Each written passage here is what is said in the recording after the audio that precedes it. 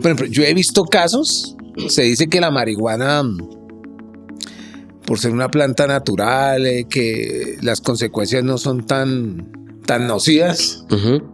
Yo dudo un poco de eso, ¿no? Lo que pasa es que, a ver, la marihuana, síndrome de abstinencia físico, no genera tanto. Genera, pero muy leve. ¿Por qué? Porque la marihuana es soluble en grasa y se adhiere a todo lo que sea grasa, ¿sí? El cerebro es grasa, se adhiere. Por lo tanto, su eliminación es mucho más lenta. Hola, bienvenidos a nuestro podcast Aquí y Ahora, un espacio de relatos de superación. Mi nombre es Ivonne Basto y junto con Santiago Rodríguez. Hola Santi, ¿cómo estás? Bienvenido a este espacio. ¿Qué más, Ivonne? ¿Qué más? ¿Cómo están? Bien, vamos a tener hoy un tema bastante interesante y tenemos un gran invitado el día de hoy. Él es nuestro director de tratamiento de nuestra clínica del colectivo Aquí y Ahora, Mauricio Murcia. Él es psicólogo, especialista en adicciones y magíster en psicología clínica. Mauro, bienvenido a este espacio. Muchas gracias. Bienvenido, Qué rico Mauro. estar acá. Bien, Mauro, una de las realidades que tenemos nosotros en nuestras clínicas del colectivo Aquí y Ahora, pues básicamente es la adicción. Y detrás de la adicción muchas veces hay un desconocimiento frente a lo que implica el consumir. Digamos que en la adolescencia hay un tema que desconocen los chicos: si yo consumo marihuana, si consumo cocaína, como que no hay un conocimiento real de qué pasa en mi cuerpo cuando yo genero una ingesta de sustancias. Y hoy tenemos un tema muy, muy importante y gracias por estar aquí con nosotros, Mauro, y es qué implica el consumo de sustancias psicoactivas en el cerebro. ¿Sí? ¿Qué pasa en el cerebro de las personas cuando consumen sustancias, Mauro? Desde tu experiencia, ¿cómo has visto esto en las clínicas o cómo podemos arrancar con este tema, Mauro? Bueno, a ver, les explico un poco. Bueno, el proceso que nosotros ofrecemos se trabaja mucho desde la perspectiva psicológica, ¿sí? Pero cuando hablamos del cerebro, estamos hablando básicamente de lo fisiológico, lo biológico. Es indudable que todo está atravesado y afecta de una u otra forma nuestro cerebro, que de hecho es un órgano bien interesante, ¿no?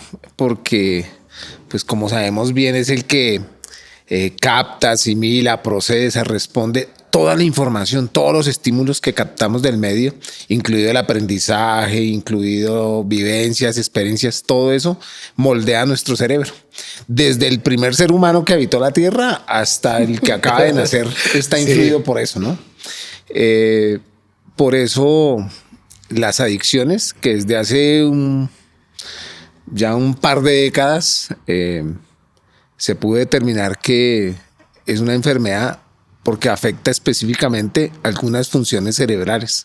Eso es lo que les voy a explicar ahora un poco, como para que entendamos por qué se dice que es una enfermedad, porque eso realmente es nuevo. Había como una duda ahí si era catalogada una enfermedad o no, y gracias a esas investigaciones es que se ha podido determinar en qué afecta puntualmente las adicciones el cerebro. Entonces yo creo que vamos a hablar un poco de eso. Claro, yo creo que todo el meollo del asunto está alrededor de que es una problemática que afecta de manera integral al ser humano, ¿sabes?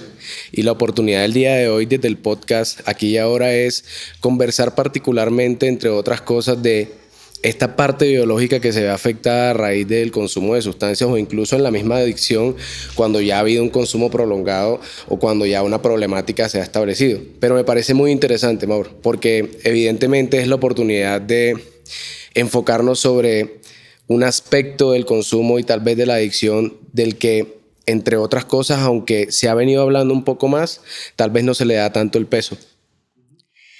Mauro, así como en las clínicas pues de nosotros trabajamos un tema interdisciplinar, es decir, tenemos un equipo donde la mayoría somos psicólogos, pero también está el acompañamiento de psiquiatría, enfermería. Podamos explicar acá en este espacio por qué la adicción es una enfermedad desde lo biológico, ¿sí? Y desde el ambiente, y cómo esas afectaciones al yo ingresar sustancias a mi cuerpo, pues empieza a generar una afectación en el cerebro. ¿Cómo lo ves tú, Mauro, desde la experiencia? Bueno, a ver, Las drogas tienen varias clasificaciones, ¿no? Están legales, ilegales, naturales, sintéticas, pero hay una clasificación que depende mucho de cómo se afecta el sistema nervioso central. ¿Listos? Entonces, de acuerdo a esa clasificación, están las drogas depresoras, los estimulantes y los alucinógenos.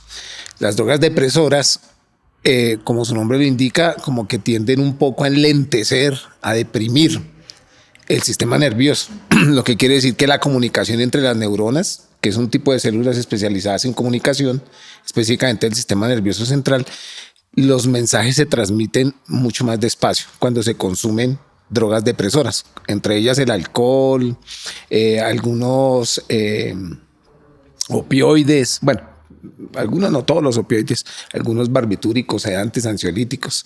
Están los estimulantes, que lo que hacen es excitar, acelerar el paso de la información entre neurona y neurona. Es mucho más rápida la sinapsis y todo esto. Perdón. Entre esas está la cocaína, el éxtasis, nicotina, cafeína, bien. Y están los alucinógenos, que en algunas veces lo que hacen es excitar y en otras deprimir. Lo que hacen es confundir. ¿De acuerdo? Alucinación es tergiversar la realidad. Lo que hacen es que la persona termine como confundiendo la realidad. Entonces, de acuerdo a los efectos, se clasifican las drogas, depresoras, estimulantes o alucinógenos. Ahora, ¿qué implica eso? Pues que dependiendo de eso, del tipo de droga, porque no todo el mundo se engancha a las mismas drogas, ¿sí? Ahí entra a jugar un papel importante, por ejemplo, la personalidad y lo que yo busque. Hay mucha gente que termina consumiendo, mucha gente consume drogas, pero muy pocos, afortunadamente, porque si no estaríamos en una pandemia peor que el COVID, llegan a la adicción. Son muy pocos los que llegan. Pero una vez se cruza eso, eso ya no tiene vuelta atrás. Por eso es una enfermedad crónica. La persona, como la diabetes, la persona tiene que aprender a vivir con esa condición. ¿De acuerdo? Y ahí es donde entra a jugar un papel importante el sistema de neurotransmisores y la comunicación entre las neuronas, porque las drogas realmente lo que hacen es afectar ese sistema. ¿De acuerdo? Lo alteran, lo piratean. ¿Listos? En eso es lo que se centra básicamente como la importancia de las drogas, porque realmente si miramos todas las drogas, lo que hacen es segregar dopamina. La dopamina es un neurotransmisor que está encargado de... o sea, se segrega cuando sentimos algo placentero. Todas las drogas generan placer, por lo tanto hay descargas de dopamina. ¿Listos? Y ahí va, después hablamos de otra parte del cerebro que es muy importante, que es el sistema de recompensa, que juega un papel fundamental en el problema de las adicciones. Mauro, yo arrancaba el episodio afirmando cómo el desconocimiento en los jóvenes como que solo prevalece la satisfacción inmediata de probar, del tema social, de pertenecer, pero detrás de eso pues se desdibuja todo esto que estamos hablando frente, pues si yo consumo marihuana, mi cerebro va a generar una activación más lenta, si consumo cocaína se va a activar. Detrás de ese tema que estamos aquí hablando, ¿cómo podemos dejar información sobre las consecuencias que implica consumir sustancias en las personas, en los adolescentes, pero pues en el tema cerebral, que es lo que estamos hablando hoy? ¿Cuáles son estas consecuencias o factores que implican cuando yo consumo que me generan a mí? Mauro, ¿cómo lo ves tú? Sí, a ver, el cerebro evolucionó de lo inferior a lo, bueno, de lo inferior a lo superior y de lo interno a lo externo. ¿Qué quiere decir esto? Que básicamente el mesencéfalo tiene, pues está conformado por el cerebro, cerebelo, todo eso. Pero el cerebro puntualmente tiene como 3 capas. La primera, la más interna, que la conocemos como el sistema reptiliano, que es el que se encarga de todas las funciones instintivas, las que no pensamos, ritmo cardíaco, respiración, lo que no tenemos que pensar para que se dé. ¿Listos? Ese es el primer piso. El segundo piso, que es fundamental en el tema de las adicciones y lo conocemos como el cerebro emocional o el sistema límbico. Y ahí hay una partecita que se llama el sistema de recompensa. El sistema de recompensa se generó para reforzar todas aquellas conductas que como especie necesitamos y que nos generan placer. Por ejemplo, dormir, comer, procrearnos, que aseguran que la especie perdure a lo largo del tiempo. ¿Listos? Las adicciones puntualmente afectan ese centro. Les voy a explicar por qué. Bueno, una persona cuando inicia el consumo de psicoactivos, al inicio lo hace por placer, pero con el paso del tiempo se genera tolerancia y ya el placer no es el mismo. La persona tiene que consumir cantidades más altas para sentir el mismo placer, ¿de acuerdo? O sea que en etapas más avanzadas ya la persona no consume por placer, sino básicamente es por no sentir el síndrome de ansiedad o el sufrimiento por no hacerlo. Pero ¿un tema más físico? Más físico, es un tema más físico. Y ya en etapas mucho más avanzadas, ya crónicas, literalmente la persona ya no consume no por placer ni por sufrir, sino porque literalmente siente que se puede morir. Y ahí en ese nivel ya no hay, o sea, ni mamá, ni hijos, ni autoridad que pueda detener que una persona consuma. Si necesita robar para consumir, lo va a hacer. Pero eso ya es en etapas muy avanzadas. Eso actúa específicamente en el sistema de recompensa, que es el que refuerza eso. En el sistema de recompensa está el núcleo accumbens y el área ventral tegmental, que son los centros dopaminérgicos por excelencia. ¿Sí? Ahí es donde se produce la dopamina, que es el neurotransmisor del placer. Todo lo que nos genere placer genera descargas de dopamina. Por lo tanto, todo lo que nos genere placer puede ser susceptible de generar una adicción si no aprendemos a regularlo. Por eso la comida, el teléfono, el sexo, las compras, todo lo que genere placer. No, Mauricio, yo creo que hay algo también importante dentro de esto que mencionas acerca de las consecuencias, y es que pueden ser muy diferenciales dependiendo de la edad también. Es decir, no es lo mismo probablemente las consecuencias que va a tener el consumo en un cerebro de 15 años a un cerebro de 11 años o 30 años. Y quisiera que también, si tienes la oportunidad, pudieras profundizar un poco al momento de hablar de las consecuencias, de cuáles son esas consecuencias que a nivel diferencial entonces podrían aparecer cuando ese circuito de recompensa ¿sabes? Como que continúa construyéndose a partir del consumo de una conducta en una persona que tal vez es un adolescente o tal vez una persona que es un adulto. Ok, sí. Bueno, el último órgano que termina en formarse completamente es el cerebro, y más o menos entre los 21 y 25 años, ¿de acuerdo? Y la última parte que se forma es el lóbulo prefrontal, que es la parte que se encarga como de regular la voluntad, tomar decisiones, el juicio.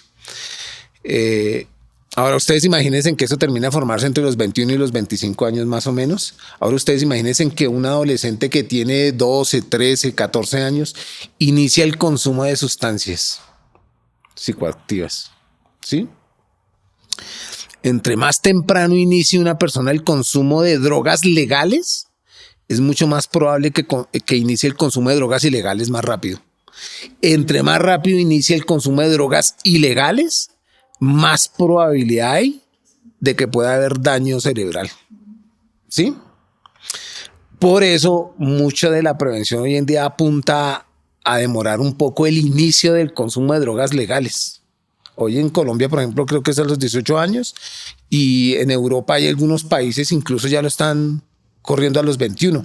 Aquí también se ha hablado un poco de eso, pero en parte es un poco por eso. Ahora, ¿qué es lo ideal?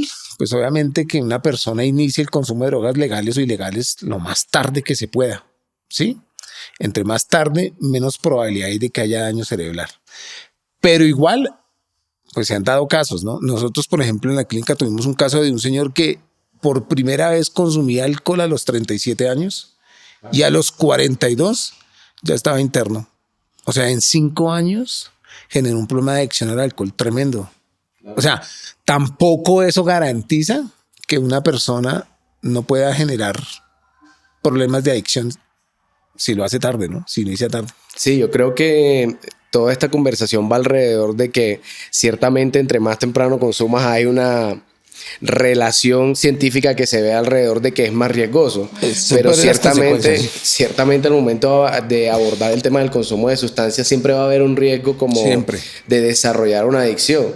Y en esencia yo creo que es un poco de lo que manejamos en colectivo desde el área de prevención, porque creo que probablemente la gente no lo sabe, pero no solo desde el área de intervención con nuestras clínicas trabajamos, sino que también manejamos todo este tema a nivel de prevención con los colegios, en donde hablamos precisamente con los padres de familia, docentes e incluso padres, y les hacemos ver cómo en esencia hay muchos factores de riesgo alrededor del consumo, no solo lo biológico, y empezamos a hacer todo este trabajo y a la larga como intervenciones con la población estudiantil para apuntarle a una variable que es importante, que es la edad. Ahora, ¿qué consecuencias particularmente desde tu experiencia dentro del funcionamiento de una persona has visto producto de un consumo de sustancias que ya ha afectado biológicamente? Bueno, es que eso es un tema muy, muy amplio. Por ejemplo, yo he visto casos, se dice que la marihuana, por ser una planta natural, que las consecuencias no son tan nocivas. Yo dudo un poco de eso, ¿no? Lo que pasa es que, a ver, la marihuana, síndrome de abstinencia físico, no genera tanto. Genera, pero muy leve. ¿Por qué? Porque la marihuana es soluble en grasa y se adhiere a todo lo que sea grasa, ¿sí? El cerebro es grasa, se adhiere. Por lo tanto, su eliminación es mucho más lenta. El síndrome de abstinencia es mucho más fuerte entre más rápido se elimine una droga del cuerpo. ¿Listos? Claro. Entre más lenta sea la eliminación, el síndrome de abstinencia físico es mucho más suave. Entonces, por ejemplo, una persona que ha consumido marihuana y le hacen una prueba para drogas, después de un mes, lo más seguro es que le salga positiva porque todavía hay vestigios de TCB, de TCB en el cuerpo, ¿sí? A diferencia, por ejemplo, del alcohol que es soluble en agua o de la cocaína que es soluble en agua, se eliminan rapidísimo. Básicamente ya en 72 horas no hay rastros de la droga en el cuerpo. Eso por un lado. Y por el otro, mire, como no genera síndrome de abstinencia físico, se asume que no es tan perjudicial. Pero he visto casos de personas que, por ejemplo, han tenido brotes psicóticos por consumo de marihuana. Y una persona que ha tenido un brote psicótico por marihuana es muy probable, si continúa consumiendo marihuana, que de verdad presente un brote, claro, ya no es un brote, un rayón permanente, ¿sí? Entonces, hay muchos daños que se generan por el consumo de drogas. Ni hablar, por ejemplo, a nivel de memoria, atención, percepción. Hay unos daños tremendos, déficit de atención, cosas por el estilo. De hecho, hay muchos pacientes que por ejemplo, con patología dual, gente con hiperactividad o con problemas de atención, que terminan automedicándose con drogas y en un principio les funciona porque es como el medicamento. Pero eso con el tiempo lo que hace es exacerbar el problema. Y ya no es solo el problema por el cual al inicial buscaron esto, sino que también ya asumen un problema de adicción. Entonces lo que sí es aumentar, ¿no? Mauro, con eso que dices me genera la inquietud y creo que pasa mucho en el internado, que a veces tenemos frases de cuando hay negación de los jóvenes como con el tema de la marihuana, como que es natural, no pasa nada. Antes exacto, antes estoy como generando algún movimiento en mi cuerpo, pero desconocen todas estas consecuencias.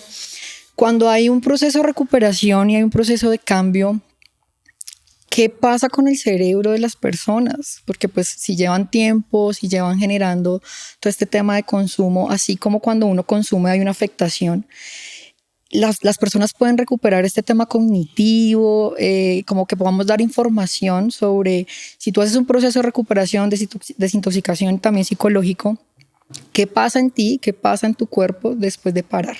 Sí, no. A ver, mire, todo lo que aprendemos, todo lo que sabemos es por conexiones neuronales. ¿Listos? En la medida que generamos hábitos, se generan sinapsis y eso refuerza esos caminos neuronales. Cada vez que me amarro yo los zapatos, hay un camino neuronal que se activa. Claro. ¿Listos? Al inicio lo hacía lento, ya después lo hago hasta con los ojos cerrados porque me he vuelto más especialista. Cada vez que me amarro los cordones, ese camino neuronal se activa. Así es con todo. La adicción también es un camino neuronal. Cada vez que consumo, ese camino neuronal se activa. Y entre más lo haga, pues mucho más se vuelve amplio ese camino porque es más fácil por el hábito hasta que se vuelve automático. Lo que hacemos para que las personas recuperen todas esas capacidades cognitivas es generar nuevos caminos neuronales, nuevos hábitos, generar nuevas estrategias de afrontamiento, ¿sí? Dejar de utilizar ese camino. Es como una carretera que no se utiliza, se agrieta, le sale maleza. Pero si la persona después de 20, 30 años vuelve a consumir, es como si volvieran a pasar, pavimentar esa carretera, puentes peatonales, la pinten, porque ese camino siempre va a estar ahí. ¿De acuerdo? Por eso dicen que es crónico. ¿De acuerdo? Pero al crear nuevos hábitos, nuevas conexiones, aprendemos nuevas cosas. Y también a eso súmele la neuroplasticidad cerebral, que eso también tiene que ver con crear como nuevas, bueno, antes se decía que el cerebro no generaba nuevas neuronas, ahora se sabe que sí, pero pues no es la misma cantidad de las que nacen a las que mueren. Pero el cerebro es un órgano que puede compensar la ausencia de funciones con otras partes, ¿sí? Lo que pasa es que eso no es de la noche a la mañana y eso requiere tiempo. Hay que hacer ejercicios, hay que hacer la tarea. Entonces, por ejemplo, si yo me cepillo la boca con la mano derecha, de vez en cuando cepillármela con la mano izquierda, ¿sí? Claro. Si yo utilizo la billetera y siempre me la coloco en el bolsillo derecho, pues de vez en cuando en el izquierdo. Si siempre llego a mi casa por el mismo camino, de vez en cuando coja otro camino, ¿sí? Crucigramas, sudokus, rompecabezas, leer, aprender un idioma, cosas por ese estilo, ayudan a que el cerebro genere más conexiones. Y eso hace que esas capacidades que de pronto se han perdido se vuelvan a recuperar. Todo lo que tiene que ver con memoria, atención, concentración, todo eso se puede volver a recuperar. Lo que pasa es que eso pues requiere un tiempo. Y hay que hacerlo. A veces las personas que tienen problemas de adicción quieren que eso sea rápido y no. Eso lleva su tiempo. Sí, y creo que también no solo a veces la premura está en las personas que sufren de adicciones, sino también en los familiares, que han visto que su hijo, que su familiar no se concentra igual y demás. Y en esencia yo creo que un poco redundando en tema y de lo que hemos hablado hoy, es muy importante reconocer que a nivel biológico existe un efecto del consumo de sustancias. Sí, es innegable. Es innegable. Eso no significa que a pesar de que todos los que consumen experimenten ese efecto van a desarrollar una adicción, pero sí que ciertamente lo biológico entra a ser una variable importante. Por supuesto. Ya que innegablemente es algo que configura la cronicidad de la misma adicción o de los problemas de consumo. Mauro, para cerrar el día de hoy, quisiéramos terminar con una dinámica muy corta en la que hablemos un poco de los mitos y verdades alrededor del consumo y con este tema biológico, y que tú desde tu experiencia puedas respondernos desde lo que nos ha llegado si esto es un mito o es una verdad, ¿vale? Uno de los primeros que tenemos es que el consumo se puede dejar a punta de fuerza de voluntad. Yo creo que eso es un mito. Eso es un mito porque, a ver, en esto de la adicción, querer no es poder a veces. Mucha gente quiere parar, pero no pueden. Ustedes se imaginan que una persona quiera dejar de consumir porque sabe que está destruyendo su familia, le está haciendo daño a las personas que más lo quieren, se está haciendo daño a él, ve el deterioro, pérdidas, todo eso. Y sepa que es por el consumo y no quiere hacerlo, pero no pueda. Claro. Es decir, eso es una lucha tremenda. Eso genera impotencia, eso genera frustración y es muy complicado. Por eso la gente busca ayuda y pide ayuda, porque a veces solos no pueden.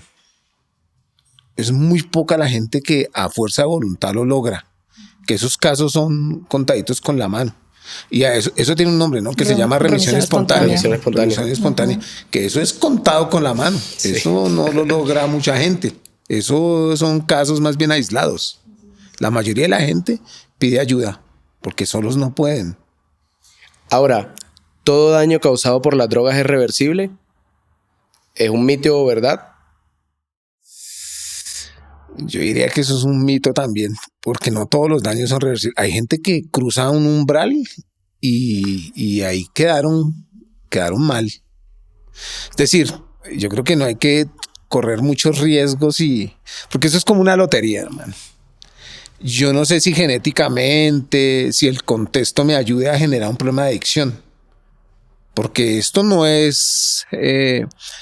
Bueno, antes se creía que era porque habían familias disfuncionales, que había más probabilidad, y pueda que sí, pero no es únicamente eso. Hay muchas variables ahí en juego, ¿de acuerdo?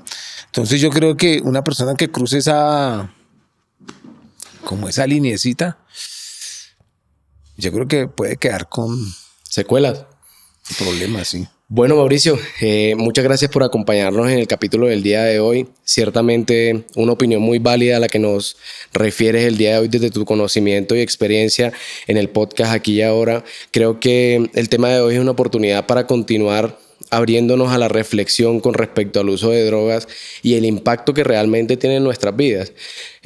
Ya que ciertamente, como lo veremos luego en otros escenarios, parte de lo que hablamos es que lo biológico es una parte del impacto que tiene este tema del consumo, y hoy has podido explicárnoslo, creo que de manera muy clara. Muchas gracias. Ok, muchas gracias a ustedes, chévere. Me parece genial estos espacios y creo que deberían hablarse de muchos temas porque esto de la adicción es una realidad. importante. Mauro, muchas gracias por estar aquí. Y ahora cerremos como director de tratamiento de nuestra clínica, una recomendación para las personas o familias que nos están escuchando con este tema tan importante.